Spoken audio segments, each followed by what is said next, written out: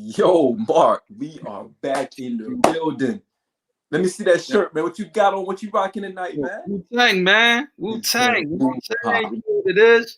You yes, know what sir. I mean? Yes, sir. Yo, Back. we are back, man. We are back. It is Monday night. We got a lot of stuff going on tonight, man. A lot of topics we're going to get into. Yo, we're going to bust 3 or 4 shots for your head top on every single topic. Man, we were talking all day throughout the day about this. No, actually, dating back to what 3 or 4 days ago, we were talking about everything with these topics, man. So I'm excited. I know you are. Got a lot of stuff we want to get into. Before we get Right. into the shits, man, like what you got going on, man? How was your weekend, man? What's going on Man, in Philly? weekend was crazy. There's a lot of stuff to watch. Obviously March Madness being at the top of my list. Um, Indeed. so that game that went on.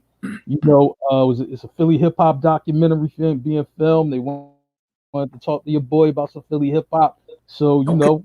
that's in the works. So I'm just like, man, just kind of gave my opinions on some things. So that was cool. But it was just like, man, it was so much going on. In the entertainment universe. I'm like, I don't know how you can miss any of it.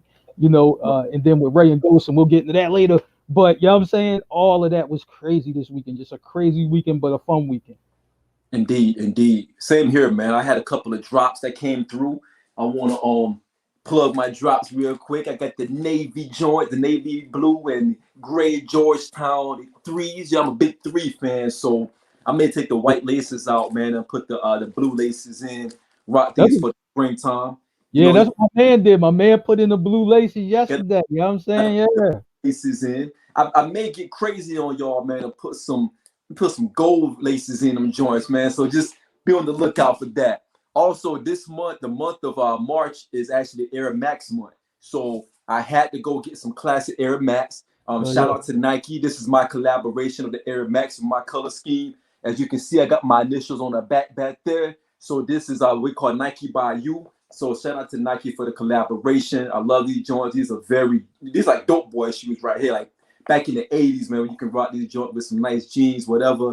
So again, this is a spring shoe right here. Shout out to Mhm. Nike. You see my initial on the back. Holla at your boy. Y'all with the collab going on. So Mark, without further ado, man, Right. let's get to the Oh, shits. no All doubt. right, we got No a lot of stuff to unpack tonight. We got people that's going to be in the comments. Anybody out there watching tonight, if something hit your spirit and you want to hop on in here and kick it with your boys, we already doubt. got one person hopping on I already. couldn't wait. I Uh, couldn't wait, man. What's up, y'all? What's up? yo, Right? hey, Hey, oh, hey, oh, you know what? I got a place for him right next to the car, right in the garage. You know what I mean? no, Right don't there. be. Yo, let's get into it, baby. Stacks, what it do, man? You hopped on.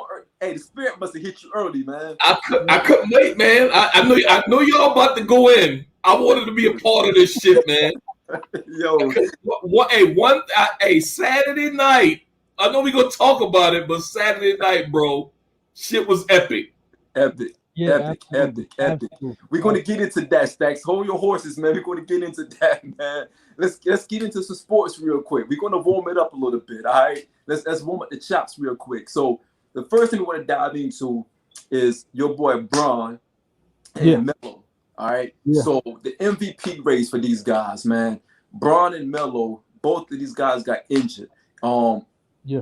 we know both of these guys were in the running to be MVP. Of course, uh, Braun was in the MVP race, of course, and Melo was in the Rookie of the Year race. Right. So, Mark, how do you think this impact these guys, man? And most important, how does it impact these teams?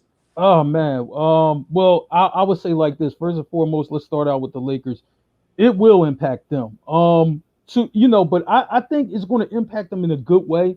I'm just like, man, they'll have some things, that they're going to have to adjust to. But I think they have, some pretty solid players over there, right? So, they're going to have to adjust. But I mean, have your two best players out, you really going to have to really work. This is something that the Sixers have been through all season, where it's times where we didn't have Ben or Joe or Joel on the court. So I think, a championship level team like the Lakers, I think, a lot of people, oh, two of their best players out, they just going to collapse. I don't think so. You know what Right. I'm saying? I think they have enough good players, to be able to win some games. and they just gonna have to hold it down, until those guys get back. They say Bron's out indefinitely. You hate to hear a word like that because you have no timetable for what's going on. At least Right. with AD, they were just like, yo, you'd be out a month, right? That was almost about 3 weeks ago. So he should be coming back to the court soon, I'm assuming, right? Right. Now with Melo, I feel bad for him because that really torpedoes Charlotte. That it's really going to be hard on them. Yeah. Melo was playing so well for them, and he Yeah. was actually, I mean, one of the guys who were really keeping the Hornets in the playoff contention as a rookie. As a rookie. Right. I'm just like, man, losing him, that's going to be really tough for them. I'm just like, man, if they can somehow hold it together, and he's going to be out for the season, so that's different. You know what I'm saying? Yeah. So I'm just like, Charlotte really going to have to find a way to win some games, but I think the Lakers will be in pretty good shape. Charlotte, not so much. Stacks, like you a Lakers fan, Stacks. So how does this hit you a little bit different, man? Because you got AD still out. Yeah, you can put it down. We get it. We get it. You can put that down. Thank you. You got AD out. You got LeBron now. He's going to be out, and definitely, I think he's going to come back sooner rather than later. How do you think this impacts you guys, man? I think we're a third seed right now. I think we'll drop. I mean, it really doesn't matter to me. It's just them getting into the tournament. I think the Lakers with these injuries, I think the Lakers have the potential to drop as far as 5 before those guys come back. Right. But I mean, we're champions, man. All we got to do is get in the tournament. So I mean, it is what it is, man. We've been down before. I mean, we don't stay down too long. I want to speak on Melo real quick, man. You hate to see that for that kid. He was going to run away with Rookie of the Year. Yeah. Hands down. Hands down. You hate to see a rookie playing that well, adapt to the league so quickly, blowing his brother out of the water as far as rookie year. Not even close to what his brother Lonzo was doing his rookie year. You just hate to see it. I'm not a Hornets fan. As a matter of fact, I kind of don't like Hornets fans all that much. But I felt for that. Shout out to JG. I kind of felt for the kid, man. And I kind of felt for the franchise because they sniffing. I think they are in the playoffs as of right now, right? I think so. Like a 7 seed right now, I believe. Yeah. I just hate it for that kid, man. Hopefully he comes back. Come back next year and continue where he left off at. Indeed, I think that with Melo, I hate to see it like this. I know he's going to get a second opinion. I think he's going to see if he can actually give it a go. Maybe at the end of the year, closer to the playoff, if they make the playoffs. So we may see him again. I know he's going to get a second opinion. But if I'm him, if I'm Jordan, I would not rush that. You know what I mean? You know what you got in the kid now. Don't further any other injury that could be prolonging and really hurt this kid's career out the gate. As for LeBron, I wish no ill will on nobody who gets injured. That injury that he had, I had injuries very similar to that last year playing ball. Some doofy guy diving for the ball, missed the entire ball and hit my fibula and fractured my fibula. So I've had an injury like that, so not, he got a high ankle sprain. I had a fracture. So that's going to be very tough. High ankle sprains are really tough to come back from. But LeBron, he take good care of his body, take good care of himself. I'm sure he'll put himself back in a situation to get back because I know he does not want to give up the MVP race. I told Marc this last week, LeBron been campaigning about the MVP race since last year. When he realized he didn't get it last year, he started campaigning back then. You know what I mean? Politics. Crazy thing about it because I feel like you hear Kuzma, you hear these other guys, these other peons on the Lakers squad, they go in front of the camera like, yo, LeBron is different. He's a different type of guy. He should always win the MVP. Like Kuzma was saying last week, he should have won 9 MVPs out of the year at the very least. Like, no, he shouldn't have, man. Chill out. Every time he goes to a team, you have 1 or 2 cornballs on that team that always ride for him and be like his spokesperson. It's like before they get on the podium, he like, yo, make sure you plug this, tell him I should have won it 9 years in a row, whatever. He plugs these guys for them to say these corny things, man. And look, at the end of the day, Embiid to me was the clear front runner of the MVP race. I think LeBron's name was brought up just for the sake of banter and for the sake of argument and the sake of cooler talk. but he wasn't nowhere close to being in the MVP race, in my opinion. If you want to be honest about it, you put Kawhi Leonard in front of him based on stats alone. So I hope he gets back. Yeah. I don't feel sorry for the Lakers at all. You know what I mean? But at the end of the day, I get it. So that's my 2 cents. That's right or wrong. You know what I'm saying? That was about 10 cents. Yeah. Right. My bad. So hope those brothers get back on the court for real. The game definitely need those guys. So hopefully they get back on the court.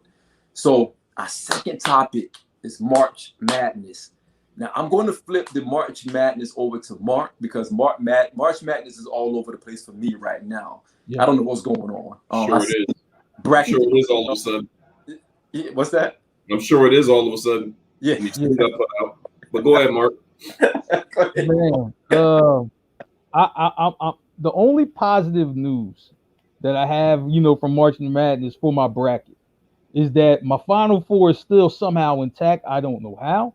Damn. But it is. You know what I'm saying? Because I said on last week's show, Arkansas, Houston, Gonzaga, and who was my last team? You know what I'm saying? Arkansas, Houston, Gonzaga, and Alabama, right? They're all still in it. Alabama runs tonight. So I'm like, with that being said, man, I knew this tournament was going to be crazy. I didn't know it would be this crazy. But here's the one game where I'm going to say like this. Anybody who's ever picked up a basketball, right, and you played a team that was the greatest fundamental team of all time. When Illinois played them boys from Loyola of Chicago, that was a clinic in basketball. I could not believe what I was seeing. You're talking backdoor cuts, Princeton offense, UCLA cut, whatever type of old school offense, that's what they were running. They were making Illinois look so bad. I was just like, I wish Illinois just walk off the court, because I'm like, they can't even get it together. It's like they never seen basketball played this way. That's right. How bad it looked. You know what I'm saying? And the thing is, what's crazy is, here's 2 things about Loyola. Loyola, their star center looks like the plumber. You know what I'm saying? He looks like a plumber. He doesn't even look like a basketball player. Right. But he was killing, he was killing their center. Illinois center, is considered a first-round pick, getting killed. I'm quite sure that stock has went down. You know what I'm saying? After seeing that. But I'm trying to tell you, man. But shout out to Loyola Chicago, because I'm quite sure all of those kids, half those kids are from Illinois. I'm quite sure all of them wanted to go to Illinois or be recruited by Illinois. None of them probably were, and they kicked Illinois' ass. You know what? Good for you. You know what I'm saying? It was so many upsets. I don't even know where to begin. Or Roberts is still in it. They're the 15 seed. Yeah. I'm like, and they're kicking ass on the court. Yeah, I mean, they're beating them at their own game. Oh, you want to run? We can run. You want to slow it down? We can slow it down. Doesn't matter what's going on. They're just kicking ass and taking names. I'm gonna tell you, for anybody who just wants to get with me and just like, yo, Marc, what about the NBA prospects? Right. Well, guess what? A lot of them already got bounced out. They couldn't lead their team further. You know what I'm saying? The only team that's still in it that mostly everybody has is Gonzaga. You know what I'm saying? They look like a machine. They're rolling, as they did today. But I'm just like, everybody's out. Everybody's out. You got to make sense of it Thursday and then just see what happens. But the tournament's been great. A lot of upsets. If you're just a fan of basketball, it's an enjoyable tournament to watch. Because if you take the names off the jersey and just watch the guys play, then you're just like, okay, this is what's happening. This is what's going on, man. So salute to them kids, for doing their thing, man. Because I think they're doing a good job. They're doing a good job, man. Right. Man, my only take is, I told you Gonzaga was the only thing I had right. I said Gonzaga is a well-oiled machine, always good coach. They're well coached. They know how to play the game, and they play the game fundamentally sound. They don't turn the ball over at a rapid rate. They play in and out. They can shoot the three. They can shoot the mid-range, and they play defense. They play very basic basketball, like Utah Jazz did back in the day. When Utah Jazz in the late 90s, when they went on their little run, Utah Jazz, they weren't flashy. Just like San Antonio, they weren't flashy. They played very good, sound basketball. Sound basketball can take you very far. And when you play against a buzzsaw team that can play sound basketball and they're athletic and they can run up and down the court, that's when you probably meet your match. But I do have Zaga doing some damage in the final. If they make it to the Final Four, I think they can make it to the entire thing or beat the whole entire thing. So What do you think, Stacks? Well, I feel as though Gonzaga, this is their best opportunity. It would be a disappointment, in my opinion, if they weren't to win. It seemed like the only team that will be able to give them problems if they were to meet up with Baylor. Now, to Mark's point, there's been some really good games since the tournament came on. Since the first four came on, gave me unspeakable joy. When North Carolina got bounced in the first round, I can watch the tournament at ease. Wow. I love that so much because they won the same amount of tournament games we won this year. Wow. There was a really good game on the day. That was an upset. It was Oregon against Iowa. Yeah. The kid Garza, if I was him, he had one other starter. I would have slapped the other three starters because he had three starters that did not score, which is crazy. Oregon looked really good today. Now, mind you, they had rest from a no contest against VCU. They got bounced. They lost to COVID and they got bounced. I don't know if Oregon just came out with that energy from having all that energy from having not to play that first game. I mean, sometimes that could work in reverse. You can come out cold and stuff like that, but they looked good on the defensive side of the ball. They were making those cuts and they looked really good today. If Oregon plays like they played today against Iowa, they can go far in this tournament. They can, because they can get up on you quick. Gonzaga wears you down. Oregon, they're going to get up on you quick, and they're going to keep the gas pedal to the floor, and they're going to keep going. And that's a team like that is dangerous because they can turn it on really quick, but they can also shoot themselves out of the game as well. That's why some of those games are getting a little bit closer than they should have been because they shot themselves out of the game as well. And one more thing I'll say, the Big Ten Conference, it is now the Little 10 Conference.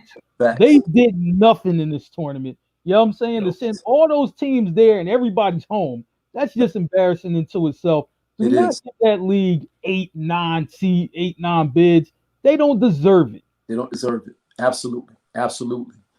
So we'll see. The story's still out there. We'll see what happens, man. By next week, we'll know what's going on. So moving on, man. NFL free agency, the first wave. This year, first wave of free agency, man, really didn't hit that hard. No. As the three of us, we are all NFC East fans. So I'm be honest, fellas. Before the free agency hit, I was like, yo, the Cowboys going to run away with this thing based on just the fact that we have stability at the QB position and just, skill positions on offense. The Giants started to scare me. The Giants made some really big moves. They got that receiver from Detroit, Galladay. They made some big pickups on defense. They're rounding out that roster, man. Washington made a big change. They got Fitz on Magic. Let's see how long that can go, but that makes them dangerous. Fitz Magic can throw about 500 yards on you any given Sunday. He can give you 500 beans, man. So I'm nervous. I'm not going to lie. It's not going to be an easy division this year. I think this year's division winner going to have to win at least 9 to 10 games. How you guys feeling about the first wave of free agency? Man, I would say like this. It's not, it's not one of those free agencies like boom, like, oh man, right. Because I don't think it was just a lot of like great free agents. I think it was some good ones that you could add to a team or whatever, but it wasn't really anything blockbuster. The most blockbuster thing about the offseason this year was Matt Stafford going to the Rams. You know what I'm saying? Outside of that, I think the one thing that surprised me, Juju Smith-Schuster went back to Pittsburgh. That part I'm not surprised with, but I am surprised with that he had offers, from the Chiefs. Right. I'm just like, he had an offer from the Chiefs. Wait a minute. And you don't take that offer to go back to Pittsburgh. I'm just like Ben Roethlisberger. I'm like, man, he was shaky during the season. I don't know. Right. You know what I'm saying? I'm like, man, I don't know what he has left. I'm like, if you get a chance to play with Patrick Mahomes, I'm like, man, what were they offering you, And there's other teams that offer multi-year deals. I know the Dolphins offered him a multi-year deal. The Eagles offered him a multi-year deal. He went back on a prove-it deal with Pittsburgh, and he was already there. That just looks a little crazy to me. So I don't know, maybe he loves Pittsburgh, but hopefully it works out for him because the Steelers do not have a backup QB whatsoever. They don't. I think he want the playing time. I think he want to be able to get those crazy yards. Juju is that type of guy. He's a stats guy. You know what I mean? He wants to be the clear number one. You go to Kansas City, You're not the clear number one if you No, Juju. you're not. Even if you go to Miami, I don't know if you are the clear number one in Miami. But he hasn't had a quarterback. He don't have a quarterback. Tua can't throw. Tua can't throw, right? And you know they're going to go after a receiver in the draft. You know what I mean? They may go after that, the big dog receiver in the draft if, to keep you guys from getting it. Hopefully they will get that before the Eagles get them. Well, I don't know. It's like three up there. They ain't taking everybody off the board. They won't have to take him. They're going to take the wide receiver. And for him not sign with Philly, I can see that. Philly is a tough place to play. Yeah. And right now there's so much going on with the quarterback position. I mean, Juju wouldn't be in Pittsburgh. I think that's where he feels that he can do the most damage from a statistical perspective. But I think that, to your point, Mark, something else is going on because he has some very good deals on the table he didn't take advantage of. Yeah, and the NFL stands for not for long. So Facts. I don't know, Stacks. You know what I'm saying? Your thoughts on free agency? Well, I'd be remiss if I didn't mention the New England Patriots. Belichick got a taste of losing, not making the playoffs for the first time in a long time. And they made some very good moves to try to make themselves competitive again next year. I don't like the moves that the Giants were making for obvious reasons because they're good moves in our division. Yeah. Fitzpatrick is a Band-Aid situation. I don't know if we're planning on drafting a quarterback or we're trying to see what Heineke or whatever the hell his name is, the Proud Boy that was in the I call him Proud Boy because he's anyway. But he had one little playoff game where he did really good, but we lost. But I don't know if they bring in Fitzpatrick in to push him. But we'll see what happens with that. That defense in the second year is going to be dominant. Anyway, we got a wide receiver from Carolina, another Ohio State guy. But we still got money to spend, so I'm trying to see what we're going to do going forward. But to me, the Pats on the low are the big winners in free agency because they make. I mean, Bill Belichick will do Bill Belichick things, and believe you me, he is feeling. A lot of people ain't going to admit he's feeling salty about Tom Brady leaving and going to win the Super Bowl. So he can try to get back up there. Oh yeah, he's going after it. Absolutely. So let's see what the second wave brings us. Like Mark said earlier, the first wave didn't give us no boom. So let's see what the second wave give us. Right. All right. So Mark, before we get into our Fast Five, we got one more topic we want to hit, and that's the Falcon and the Winter Soldier, episode 1. Marvel rolled out looks to be another classic output. I mean, I really enjoyed the first episode. I was texting Stacks when the episode was coming on. I said, yo, fam, you gotta watch this just because of the message that Marvel is going with it. Just the angle that Marvel is going with this actual this show.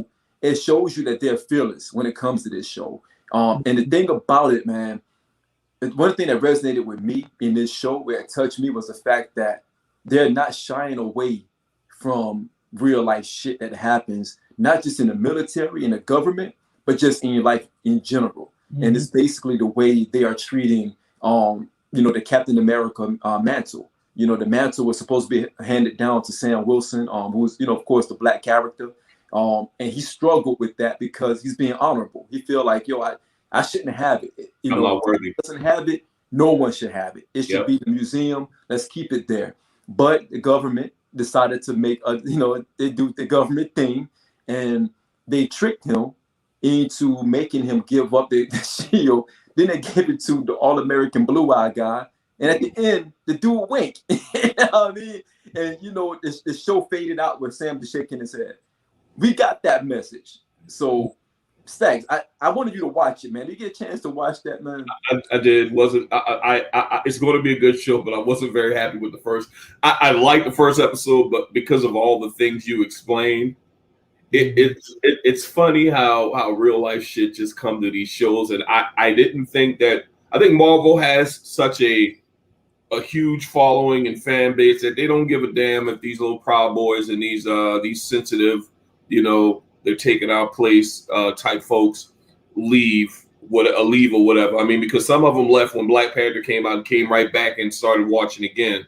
Facts. But that message and the whole bank scene, whereas Sam went with his sister to get a loan, and it's the old mantra: we can entertain, we can serve, and all that stuff. But when it comes to real life shit, like getting ahead, Nah, the dude literally told me, "Yeah, you can't get no loan, but can you take this selfie with me? I want to give it to my kids or whatever, stuff like that."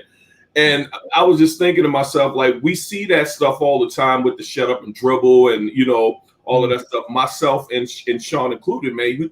You in uniform, everybody love you. When you out of uniform, you got to fit it on, or you just walking around.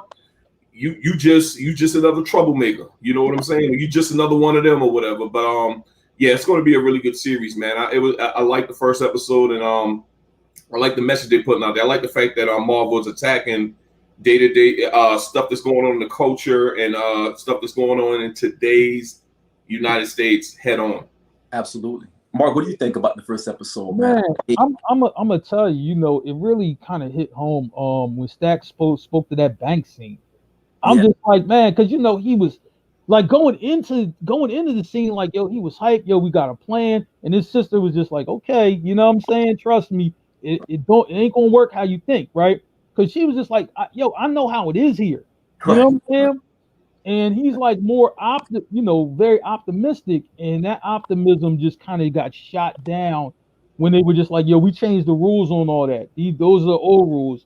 These are the new rules, So I felt bad. I felt bad about that. I wanted him to take the shield. I'm gonna say like that. I wanted him to take the shield when I seen the Avengers. You know what I'm saying? When it came to the end, I wanted him to take the shield then, but he was hesitant in Avengers. He was hesitant here too. Yep. He was just hesitant. He just did not want to do it because he's just like, he just wasn't fit. Like, this ain't me. You know what I'm saying? And it's probably some internal things that he struggled with his country, with his service and everything. So I get it. You know what I'm saying? But, this country, look, we need Captain America out here one way or another. We need a symbol, right? If you're not going to be that symbol, we're going to have somebody else that's going to be that symbol. And that's it. You know what I'm saying? But I think what you going to find out, I think, with, with the character, he's going to have to understand how to play the game. You know what I'm saying? And I think he's going to understand that throughout these episodes of what he needs to do, what his place is, and how he needs to get going. And I think Don Cheadle's character is going to help him with that, who's War Machine, by the way. But I think he's going to help him with that, to gain that understanding and gain that clarity. And then we'll get ready for the next movie, where he'll definitely be locked in and be ready. Indeed. Mark, to your point, I think that scene with him and Rhodey, Don Cheadle's character, that scene with them talking in the museum, that was a powerful scene within itself. I had to go back and watch it again just to understand the dichotomy to that conversation that they had with what was going on around them. Because Rhodey was saying, look, a lot of things have changed, but they are still the same. He's like, yo, although things have changed a great deal, with the whole events from Avengers Endgame, things are still the same for us, right? And we have to be able to understand that. We have to be able to maneuver through that. And he was like, Don Cheadle his character was giving him some real talk in that moment, and you could tell Sam was taking it in. And again, this is good acting by these guys because you can see where they were going with the message, and it was like a double entendre in that message. It was like, look, this is still a comic book world. It's still, fiction, but there is so much stuff that is going on in between that conversation, between the scenes. And I thought that was dope. I thought that the fact that they touched on PTSD with Bucky, that happens a lot, especially for vets who have been through a lot of stuff, who cannot cope with being in the civilian world, whether that's retiring, getting into the civilian world, trying to adjust your thought process and trying to make amends for things that you probably forget to make amends for. I think the dichotomy between what Sam is going through versus what Bucky is going through, it's a huge comparison and contrast to the show and to the character. I'm so eager to see how this thing unfold. It's going to be 6 episodes. I'm just happy, man. Like Stacks mentioned earlier, my last piece to that, like Stacks mentioned earlier, with us, serving in the military for years and years and years. When you get that uniform on, or you wearing that shirt that represent your brand for the military, you get a lot of love. People love you, shake your hand, thank you for your service. They salute you in the street and everything. You put on something like this, Queens Get the Money, they look at you like, oh, you're a thug. Like, you ain't the same guy that had that Marine Corps shirt on yesterday. And it's weird because I didn't realize until about maybe 2 years ago someone asked me, they said, man, every time I see you, you wearing a Marine Corps shirt. And I thought about it. I said, you know, I wear it because I want people to respect me when I'm out in these streets. I don't want no one to look at me weird. When I pull up in the Audi and I get out with Queens Get the Money shirt, they assume, you know, other things. But I get out in that same vehicle wearing a Marine Corps shirt, they'll come and talk to me out of the blue. I've had people come and talk to me out of nowhere, like, yo, I don't know you, fam. Back up a little bit, but they want to have a conversation about where I serve, who I am, all that stuff. I don't have people pay for my food and everything just by wearing that shirt. But these are the same people. If I wear another shirt, they look at me like, you know, clutching the purse or whatever, or just, you know, looking at me sideways. So I'm waiting to see how this thing unfolds. I think it's gonna be very beautiful where Marvel is handling this. So I can't wait, man. Yeah, neither can I. So now we're about to get into our Fast Five, and then we're going to get to the reason why Stacks is here tonight. So let's get into the Fast Five segment. First one, Fury versus Joshua. Whew.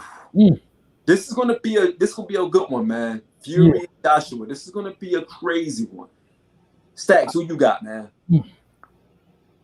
I got it's gonna be a good fight. It's gonna be much better than that that Deontay Wilder Fury debacle in which he blamed the fucking World War shoulder pads on his loss. It's gonna be a good one. I think Fury's gonna win in a split decision. How about you, Mark? Man, I think it's going to be a good fight as well.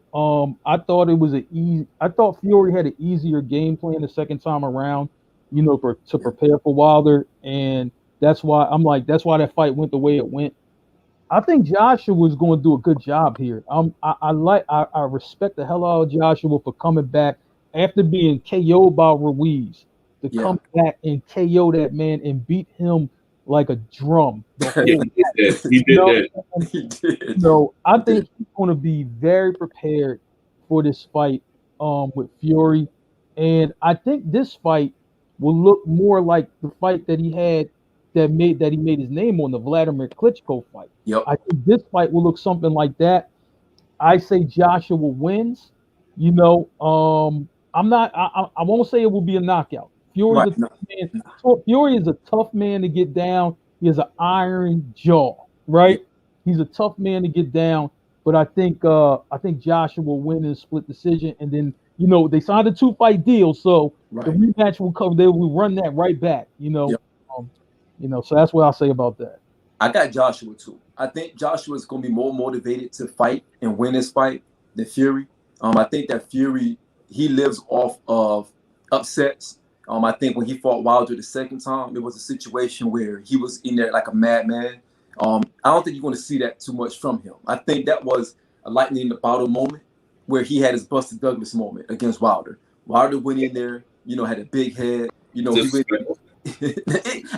say that respectfully because I do think that Wilder, he sold him short. He thought he was going to go in there and just, you know, either get the win based off a decision or get him out of here. Joshua is a very good tactician fighter, and he needs to be motivated. He overlooked Ruiz, and Ruiz caught him. He wasn't ready. He didn't prepare for that. That's the only reason he lost that fight. That's the only reason he lost that. And he showed you in that second fight, like, yo, I shouldn't have lost that first one by no means at all. Because like Mark said, he beat like a drum. He destroyed him. I think he's gonna outclass Fury. Fury is very raw. If he hits you a few times, you're gonna feel it. I think that Joshua is gonna stay away from it, and he's gonna really outbox him. That's what's gonna come down to. Decision. Joshua. Oh, one more thing. Yeah. Wilder, you know, if he wants to get back in the game, he should get a fight with Ruiz, right? To keep his name out there and see if he can get the winner of that fight. I don't know if he'll do it, but I think that's a smart thing to do. Yeah. But real quick, not to stay on this topic, but has Wilder learned how to actually box since he got his ass put down by? Because I mean, everybody. I mean, he needs to learn the sweet science. I was hoping that Wilder would have that big comeback where he get with an actual boxer and learn the sweet science, because we know he's just a slugger that you know. Right. Yeah, that's all he is. Hopefully he does that. From what I'm hearing, he ain't really, you know, been doing none of that. He's not. He's preparing. They say he might be preparing for that movie, The Creed 3. because they say he might be playing Clubber Lang's son. That's Yeah, I that's heard, rumor I right heard that. You know, so we'll see. We'll see what now. happens. We'll see. So our second topic, we had Deshaun Watson, man. Oof. Good grief. Deshaun Watson in the news again. The Texans, man, they're really going at this kid, man. Ooh. I'm hoping that this information that they're sharing that's coming out is false. But man, these allegations are coming fast and furious, and these statements are becoming they're corroborating statements and corroborating witnesses as well. That never makes it good for anyone in a situation like that. What do you guys feel about that? What do you guys feel about that situation? Man, well, first thing, they're up to 11 women now. That's that's troubling in itself. The civil suits are already ready to go, right? Like those trials are set to begin. They feel like, yo, we got enough, you know what I mean, for it to say that something happened here. But here's the thing. Criminal charges are being looked into against Yeah, Deshaun Watson, and that is very troubling. I'm just like the fact that, yo, you know what? We gotta take a look at these cases and everything like that. So I'm like, man, it's crazy. It kind of came out the blue because at first I'm just like, you know what, the Texans. I was just like, maybe they're scumbags, for putting this out there because everybody knows that Watson, doesn't want to play there anymore, and maybe they try to just sneak something out there like that. But the yeah, fact that the story got this big and there's so much going on with it, and we don't know all the details or anything like that. But I'm just like, man, the fact that they could bring criminal charges, yeah, that's crazy. yeah. Definitely crazy. What do you think, Stacks? I feel for the brother. Same here. As far as what Mark said. And the thing is, Deshaun Watson has always been known as this character guy. Dating back to his days at Clemson, and much like Mark, when the stuff first came out, I thought it was the Texans trying to dirty up his name so no team would want him, Right. or anything like that. But when the allegations just started piling up, Right. I'm like, wow. I mean, how would they find it? And it usually happens like if one person make a complaint and everybody else feel motivated, to come forward. I'm still gonna wait to see, how it turns out in the court of law, but it ain't looking good. Sometimes you can just be accused of this stuff and be exonerated, and it follows you for the rest of your life. I heard they got receipts and text messages and all that stuff, so it ain't looking good, man. It's not. Again, don't want to judge nobody until we get an understanding of what's going on. Hopefully the situation doesn't grow bigger than what it already is. And if it happened, honestly, man, just prayers to the victims who have experienced this situation. If this happened, then yeah, he gotta go. If it didn't, hopefully he can rebound from this. Hopefully he can get some help. We don't know what's going on, so we can't go into details, and nor should we, because we're not the ones who can can investigate, collaborate and do whatever to exonerate this guy or put him to the cross, crucify him. But we'll see what happens from here, man. Right, So absolutely. more to come. The next one we want to talk about, man. This is one for Mark, man. Mark, Sweetie, man, throwing dudes back to the streets, man. Oh man, Quavo, yeah. send them back to the I'm streets, telling man. you, this story has layers, but I mean, you gotta laugh each time. Sweetie sending Quavo back to the streets. She made a song about it already. You know what I'm saying? That came out earlier. Who knew she was foreshadowing? You know what I mean? And talking about Quavo. We didn't know that, right? So then on top of that, they say, Quavo went and took the Bentley back or whatever, right? You know what I'm saying? So he was getting lit up on IG. You a lame for taking a gift back. Quavo had to go on IG Live and say, yo, I didn't take any car back. Yeah, I'm saying that was a gift and whatever. But here's the thing. I don't know if it's photoshopped or not, but they showed the car like on the truck or whatever. I don't know if it's true, but they showed the car on the truck. So I'm like, Quavo, man, listen, call that repo, man, and just tell him, yo, just put the car where you found it, man, and just leave it alone and bow out quietly and go make another album or something. You know what I'm saying? Because this ain't looking good for you. Sweetie, is on the market. She just like, look, you know what I'm saying? Listen, I'm trying to deal with some ballers, and I know some ballers is lined up for, what I'm saying, NBA, NFL, you know what I mean? One of them. So, hey, man, it's a back to the streets moment. I love it. You know what I'm saying? Mark is all for it. Mark is off. Mark saw that story. He texted me. He said, "Yo, this is why you can't get called back to the streets, man. It's in reverse. Like she kick him back to the streets. I tell you what, if IJ send me back to the streets, I'm taking that Grand Cherokee with me. Like, yo, give me that Grand Cherokee. Give me that Jeep. That Jeep is coming with me." Yo, Stacks, man, what do you think, man? If you get the only thing I really heard about the situation, as far as him taking the car back, and it was a topic of heavy debate. Of course, the man versus woman type stuff. Most dudes is like, "You damn right, I'll take that shit back." And of course, women saying, it was a gift. It's just wild. I'm just interested to see where Quavo's gonna go from here, and who's going to be Tweety, because hey, Mark, them DMs is like on tilt right now, man. They coming. Hey, they coming. Yeah, like sharks in the water. Sharks in the water. But look, you gotta get that's a Bentley. You can't keep the Bentley because some dude from Atlanta is going to be in the passenger side of the Bentley. It could be Future. Future probably gave him the inside, like, "Yo, don't worry about it, man. You good." And next thing you know, you're gonna see Future in the Future or Drake. You gotta watch guys like that. Future is an opportunist. Future's an opportunist, and Drake is dudes. Yeah, you gotta be careful, man. Atlanta guys, man, they're wild, man. So he gotta take that Bentley back, man. So hopefully Quavo can figure this thing out. But he ain't looking good for the guy. Yeah, he was mad. I'll tell you one thing, he must have learned from Floyd Mayweather, because Floyd Mayweather takes all his gifts back.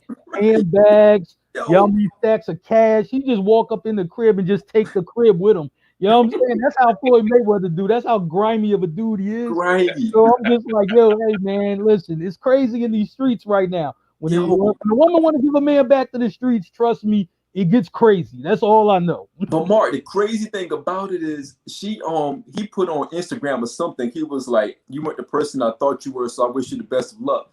She responded with like, "Thanks." And that's it. Hey, Quavo, not the reaction he was looking for. Right. Don't say anything else. Leave it alone. Just get your Bentley. Give it to someone else. Do it. Just get out of that situation. It's toxic. It's toxic. So I know Mark loved that one, man. Our number 4 spot on the Fast Five is the Justice League Snyder Cut. I messaged Mark over the weekend. I said, "Mark, you gotta watch the Justice League Snyder Cut, man, so we can talk a little bit about it." Mark response to me was like, "Yo, man, your boy is 4 hours. I can't do it." I was like, "All right, man, I got you. I said, take care of the March Madness. I take care of the Justice League Snyder Cut." I'm gonna say like this before y'all get into it. I watched like part of it. Okay. These guys, I'm like, listen, man, you cannot do all the Marvel stuff in one movie. They try to give you a million gazillion backstories, right? Right. I'm like, look, I don't need the backstory. I'm like, this is before the other Wonder Woman came out. Then they give the Cyborg backstory. Then they give the Dark Side. I'm like, just backstory after backstory. I'm just like, Lord. Right. I'm like, man, and they said they got more young writers from Marvel. I think Marvel gave them all the reject writers they didn't want. That's what I think. I mean, here, reject, take this job. Right. All right, y'all get into it. I'm done. No. I'm gonna pass this shit over to Shawn because really quick, I'm gonna say my piece. All right, I am Marvel biased. Right, so when I heard the movie was 4 hours, I wasn't about to watch that shit. I'm like, they trying to be like Endgame. They trying to pack a whole bunch of shit and try to compete with Endgame. Hey, I haven't watched it. I probably won't watch it just because they decided to do some old 4 hours bullshit. I wasn't down with it. I'm not really a DC guy anyway. And Shawn, I just think they tried to you're not going to match Endgame. You're not going to catch up to what Marvel in one fucking movie. You're just not. It's not going to happen. Okay, Shawn. Yo, so first of all, y'all crazy. Y'all are crazy. That's like my Wiz, man. She was saying the same thing. She was like, "Why are you watching that?" Like, yo, like, what are you talking about? So here's the thing about Justice League Snyder Cut. It is better than the first one. That's not saying much, right? Because the first one was really bad.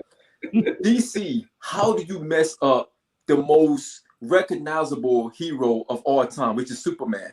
Yeah. Like, we all know who Superman is. Dude, I got a Superman tattoo on my arm when I was 18. Everyone knows Superman. Everyone. You messed it up. I honestly think that Henry Cavill is probably the best Superman. In my opinion, I think he's the best Superman character we have in years, because he really plays that role really well. He looks the part, and he's a great actor. He's underutilized. They don't even want to use him for the new Superman reboot, whatever they're going to do. So back to the Justice League.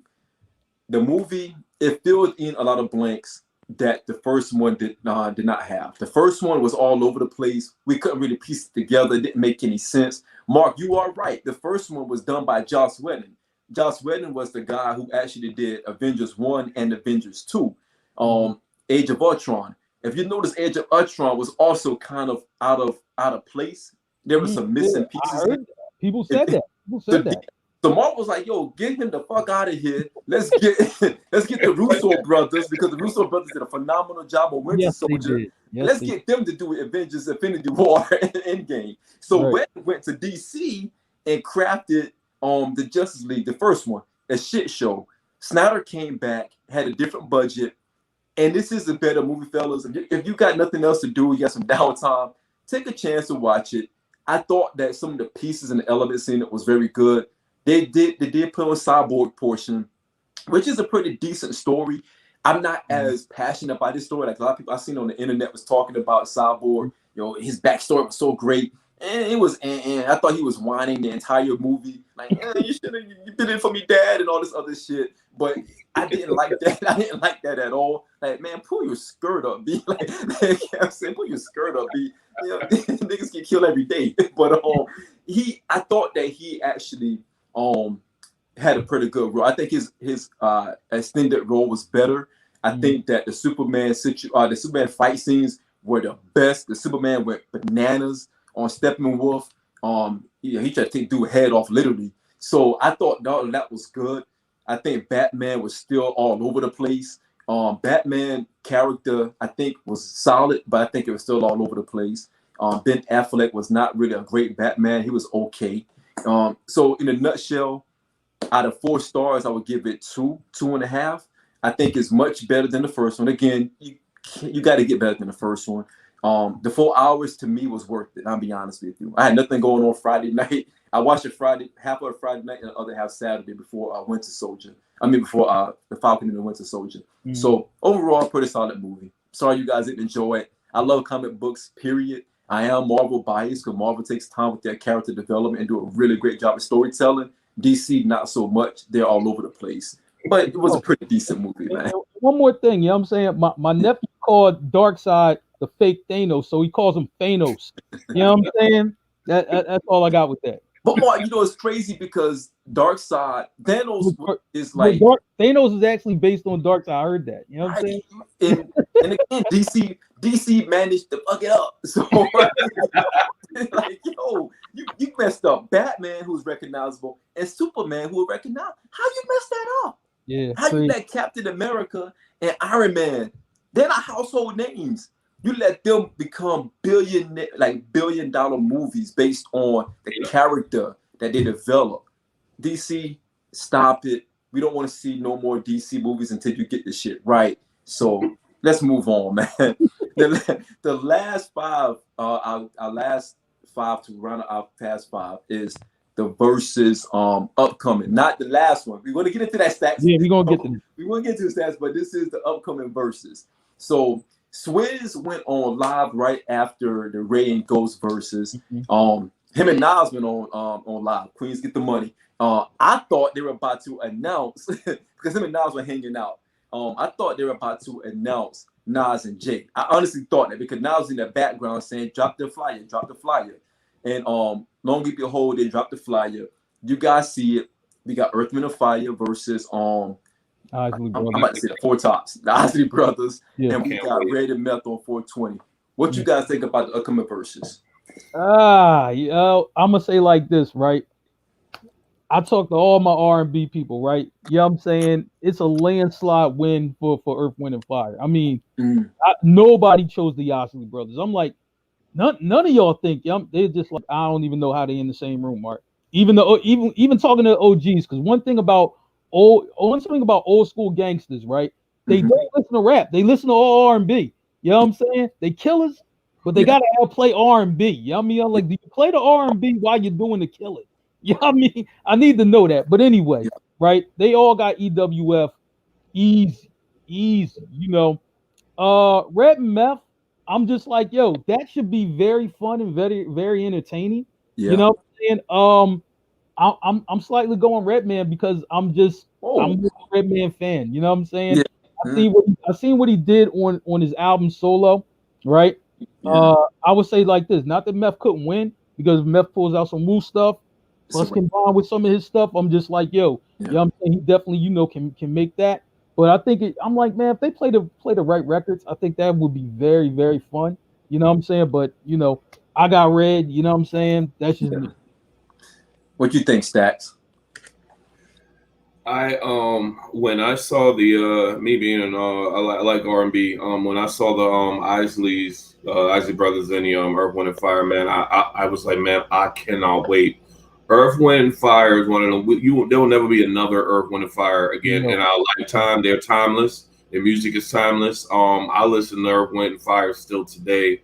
Even though I agree with Marc, it's going to be a landslide type victory, but I think we're going to get into that bag where we're just grooving to some old, really, really good music, and I just can't wait for that.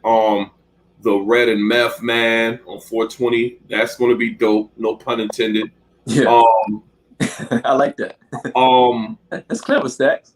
Red Man, I think it'll be close, but if you go back to stuff like Muddy Waters and like there's some music out there that Redman has, because Method Man has the Wu, to go with, but people forget the type of artist, type of rapper, and the type of hits, the type of music that Redman put out. I'm looking forward to seeing them cats go at it on 420. Yeah, me too. Absolutely. I'll be honest, man. I went back and forth when I first saw the announcement of Earth, Wind and Fire versus Isley.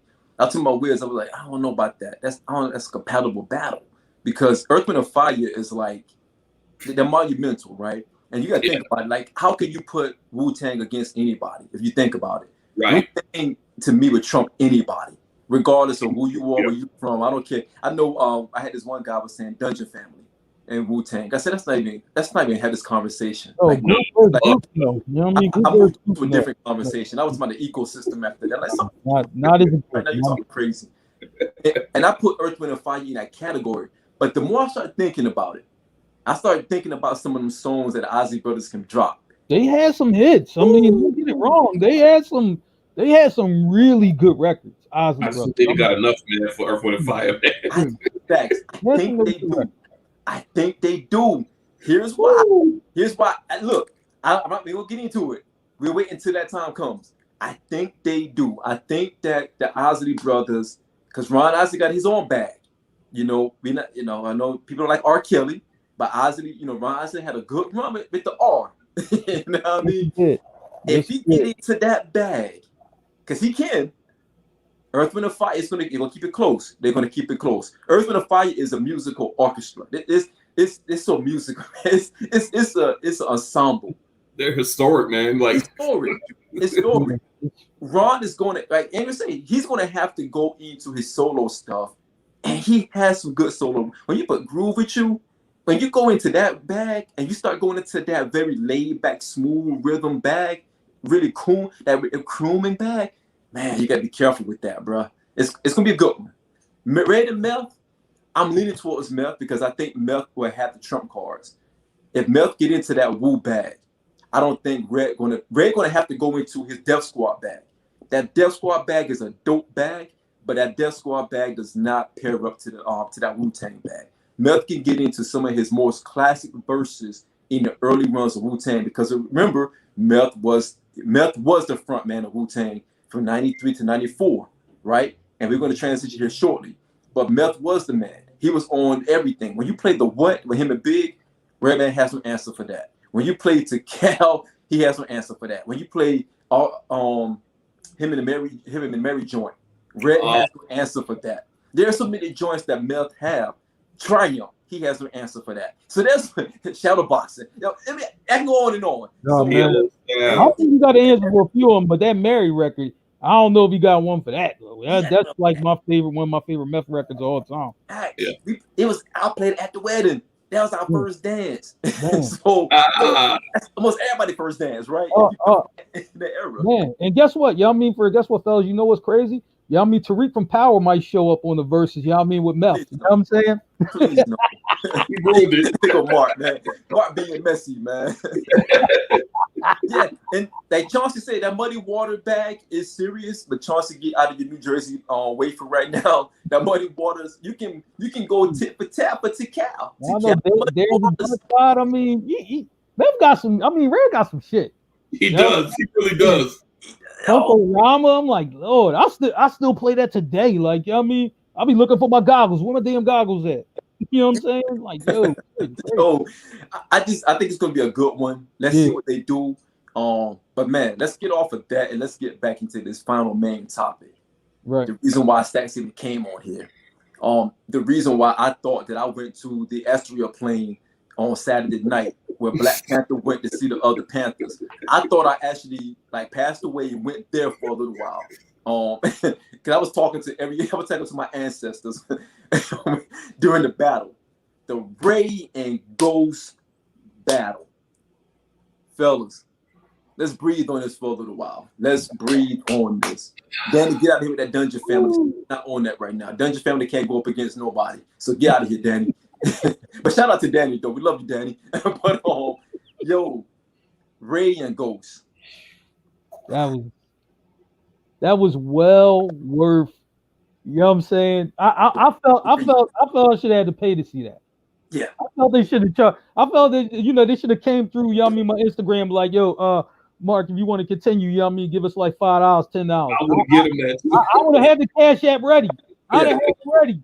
You know what I mean? Do I have to pay for anybody else? So I'd have had that ready. You know what I'm saying? I mean, that's how good it was. I'm like, man, we all had our moments. One of my favorite things, and not even so much the music, because I'm listening to the music, I'm watching Ray and Ghost, but I'm reading the comments, and legends are in the comments losing their mind. I'm like, just to see Be Real from Cypress Hill. You know what I mean? Give the love like that. I'm like, yo, and I'm like, and I keep forgetting, I'm like, all these guys are fans of these guys too. Yeah. Even though, you know what I'm saying, they legends in their own right. You know what I'm saying? They still fans of these guys, man. But I'm gonna tell you, I think everybody had their moments, but when they play that Can It Be All So Simple, you don't understand. I love that record, and I love the video. I had to turn the video on my computer while watching the battle because I love when they lined up all the cars, and y'all know I'm a car guy, right? And they lined up all that 90s heat. It's like 17 cars, and they all out there and everything on rims. Oh my goodness, y'all saying it just took me back to a time and a place. I love that moment. That moment was crazy for me. Yo, I almost cried. Yeah, I filled with emotions. I was all over the place. I think I messaged Stacks. I'm like, yo, I think I got tears in my eye for some crazy reason. I jumped on the floor. I was low crawling. You know what I mean? I was doing the 2-step. I was dancing in circles. I was sweating profusely. Caught a cramp in my leg. It was just a monumental moment for anyone who loves true hip hop. My birthday is April 15th. Ingrid, if you're still listening, I need this.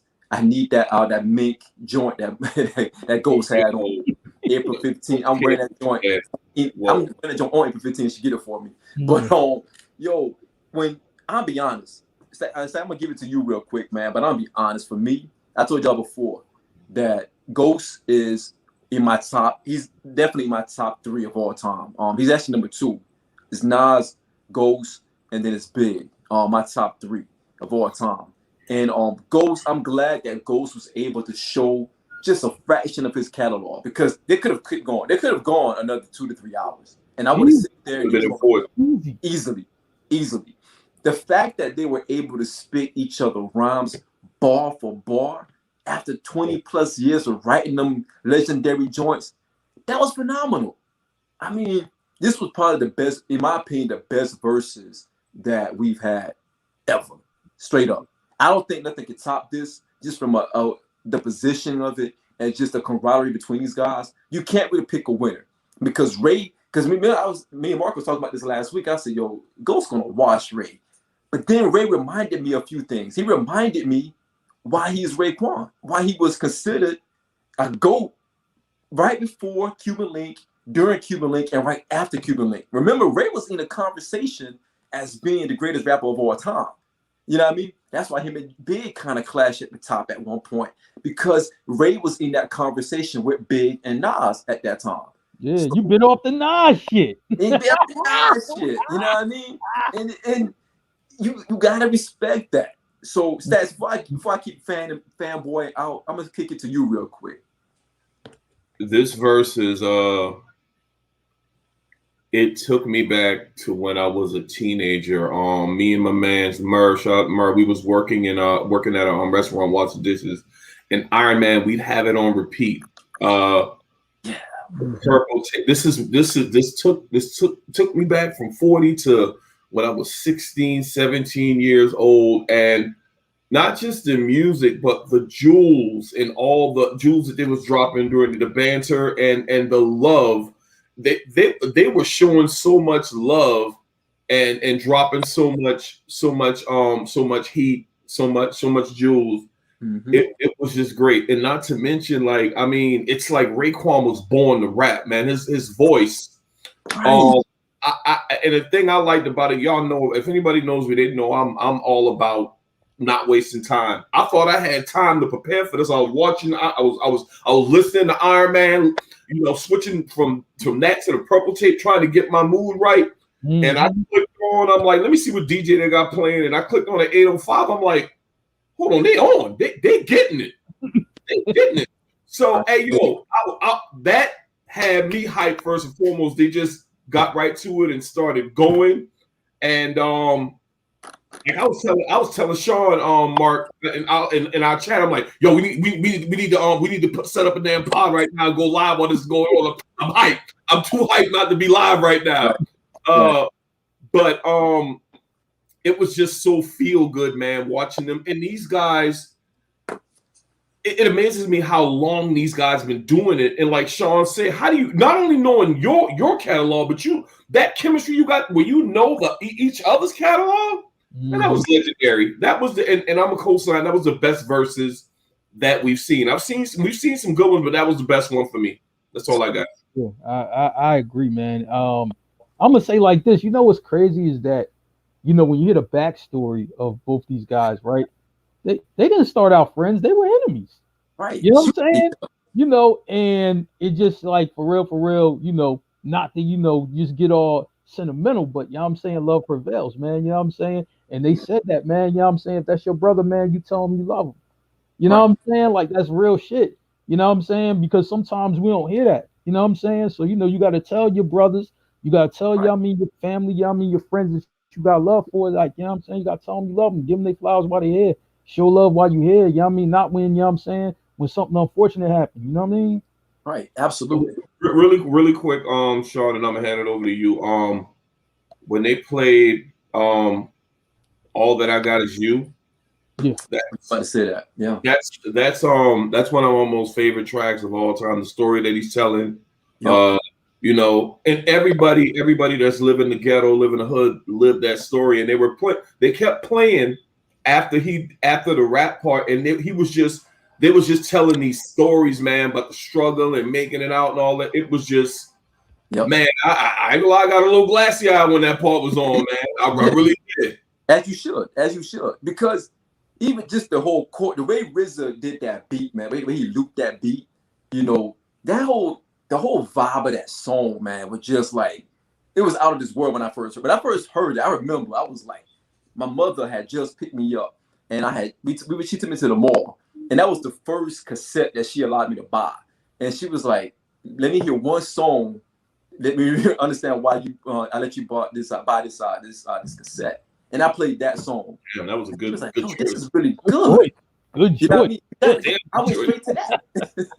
I went straight to that song, like, yo, just listen to this. Because I heard on the Ron G mixtape, I said, listen to this.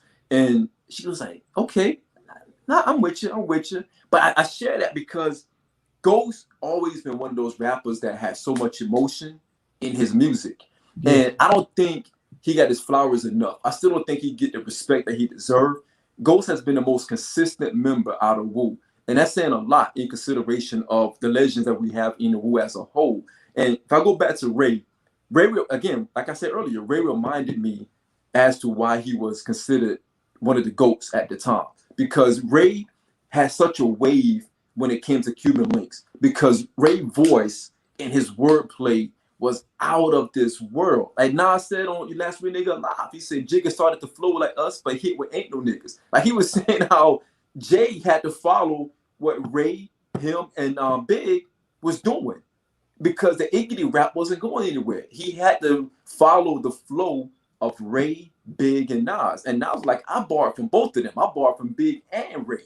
You know what I'm saying? Like, they're beefing, but I'm in the middle, and I borrowed my flow, my style from both of them.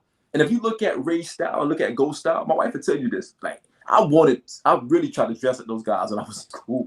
I was making money at McDonald's. I was trying to dress like those guys. I'm wearing a yellow Izod shirt with the collar flipped up. You know what I mean? I'm wearing like the Chuckers, you know what I mean? The Chucks, the Chuck Tims, you know what I mean? So the swagger that they had, the style that they had, and the way they represented, New York rap at that time, you cannot find anyone else, in my opinion, that can emulate that. And they put that on full display on Saturday night. And I think that's why, for me, I'm glad that those who viewed it, those who don't really know Ray or know Ghost on their catalog, you were in for a treat because you saw it on full display. You saw their character. It made you think about the skits that they had on all their CDs. Those skits were original skits. It wasn't planned. Listen to these guys talk. That's a skit. You know what I mean? I'm hoping that this give birth to a Ray and Ghost podcast or Ray and Ghost show. I'm here for it. I saw Ghost on another show before when he was walking out. I think it was like a couples show that he was on, and he had this young girl he was messing with at the time, and he was crazy on that show. So I would love more to see that show all over again, to be honest. Yeah, man. And shout to RZA, man, for coming through. Yeah, I mean, for real, with the summer citrus. You know what I'm saying? The Ciroc or whatever. You know what I mean? Shout to RZA, for popping through, man, and toasting those guys up, man. So that was love, man, to see him come through there like that. I appreciated that. Yo, we just had a breaking news just came through, man. Bobby Brown Jr.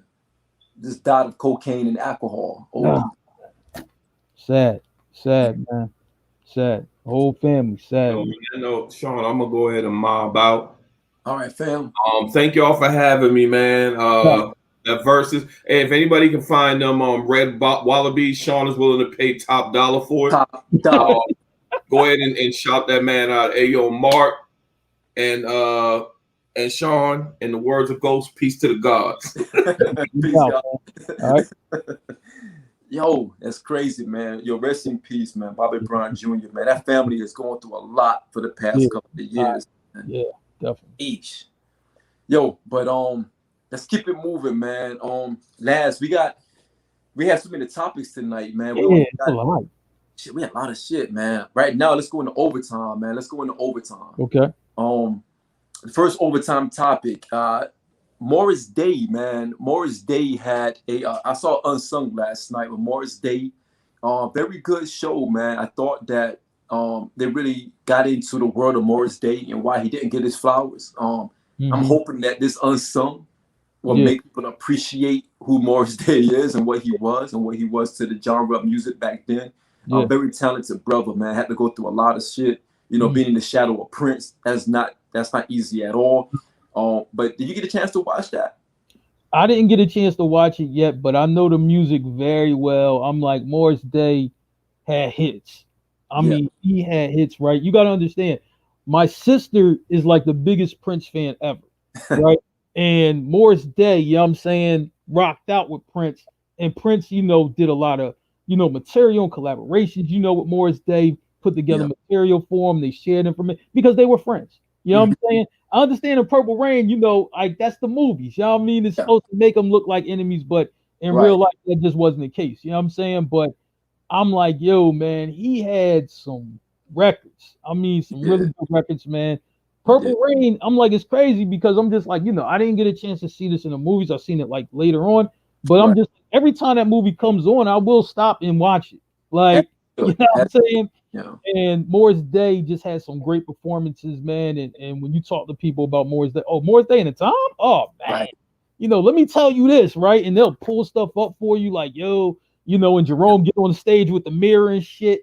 You know what I'm saying? Yo, he was just like one of them real cool brothers, man. Or, had the sheepskin and the tiger print, Right. smoking jacket and all. Right. So I was like, man, he just like for in his era, man. He was the man. I can't say it any more than that. Absolutely. Absolutely. So the other show they had that came on right after that was an uncensored show, Double Overtime. It was by Teddy Riley. So Teddy Riley went uncensored, and man, Teddy was dropping a lot of jewels, man. He was dropping jewels. He was dropping grenades, anything you can mention, man. He be dropping everything. Wow. The thing that stood out to me about this one, when he was saying that he made no money, no residual off of Keith Sweat album. Wow. I did not know that Keith Sweat was Teddy Riley's artist off that first album. Teddy actually produced that album. Okay. And he got nothing. I think he said he made about $1,500 off of that album. Wow. Not even was a work class. right Wow. off of a classic. He also talked about one of his guys from the Guy Entourage got killed by one of the guys from the New Edition Entourage while they were on tour. So I mean, he was dropping a lot of jewels, man, just a lot of stuff. You can tell Teddy's that type of guy that he want people to realize how great he is right now because everything he was talking about, it was about how he created Guy, how he was responsible for Guy, how he was responsible for Blackstreet, all of these different things that he was dropping, all the different jewels that he was dropping. I thought it was a really good uncensored. He held nothing back. He was very honest. He was saying, Blackstreet cannot get any money until he signed off on it. So that's the kind of energy he was on Uncensored. You get a chance to watch that one by any chance? Man, I caught part of it. You know what I mean? I caught part of it, but I'm like with Teddy Riley and Rex and Effect. He had them too. You know what I'm saying? Yep. I'm like Teddy Riley knew how to create hits. Like he knew how to create hits. When that he's the one responsible for New Jack Swing. You know what I'm saying? I'm like he really had that thing rocking, man. When he was going, I'm like, yo, a ton of R&B records. Like you in a party, start playing some R&B. Most likely Teddy Riley is the one that produced it. You know what I'm saying? So I'm just like, yo, it was so crazy, like his whole thing or whatever, right? And I'm just like, it always seemed like he never really got his, just like you say, he never really got his due. Right. You know what I'm saying? I'm like, man, this guy rocked the party for years. Like, right. You know what I'm saying? If you partied anywhere in the 90s, you know what I mean? As a kid to a young adult, yo, Teddy Riley was in the mix. You know what I'm saying? So I'm like, man, so I was like, you got to give him his props, man. Okay, we understand what happened with Babyface. Listen, that's face, man. You know what I mean? That's what happened to anybody. You know what I'm saying? We get that, but Teddy Riley was dope, man. You know what I'm saying? It was dope. Absolutely. He has a great ear for music, man. You know what I'm saying? And I'm just like, man, just when any guy comes on any of his groups, a lot of stuff he produced for Janet Jackson. He had Aaliyah records. Mike, Mike, you know what I mean? So, any of that music that comes on, man, you know what I mean? Give you a salute to Teddy Riley, man. Because he's definitely an innovator, man. Massive catalog. One thing I learned watching Uncensored last night, it made me look at Babyface as a unicorn. Because for the way Babyface was able to son Teddy Riley with the catalog that Teddy Riley has, in any event, Teddy Riley would destroy any other producer. Anybody else. Anybody else. Like, wash them. Yeah. But it shows you how great Babyface is. Now, that's it back. Jimmy Jam and Terry Lewis, he'll struggle with those guys. Those are animals. Unicorns again. But Teddy Riley should be respected. It was a great Uncensored show. If you guys had a chance to watch it, please check that one out. Go watch that. Please do. All right, my man. We're here. Before we get out of here, we want to give we had a couple of unfortunate tragedies, man. Yeah. Rest in peace. The first one, you hit this one across my head like earlier Yeah. today. Yeah. Yafet Kato. Is You know that what I'm saying? It was a movie that he did with Robert De Niro called Midnight Run.